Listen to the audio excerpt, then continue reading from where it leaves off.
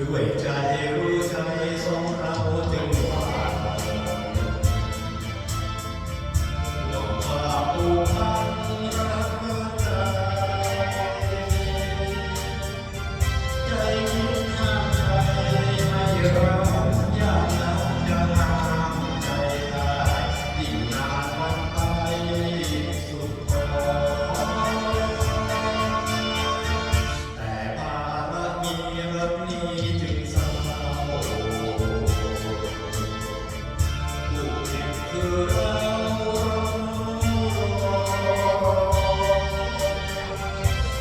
สองต้องคืนคงความรักเราสุขสองเมื่อคืนแล้วมันเริ่มเอาใจหากเราจะรักกันเป็นสุขห่วงใย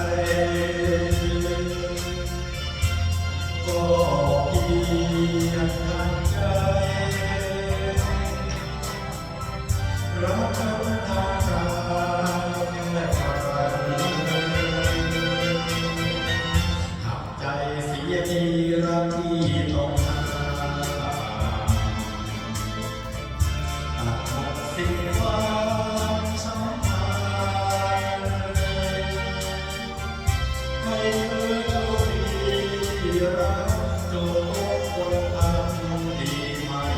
ช่วยเธอสุขสันต์รักที่ลำดอน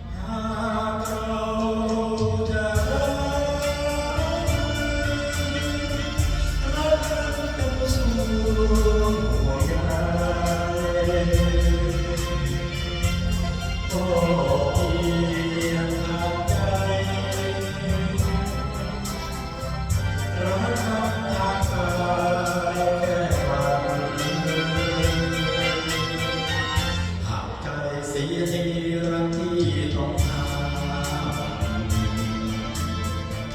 ตัดหมดสิ้นความสัมพันธ์ให้เธอโชคดี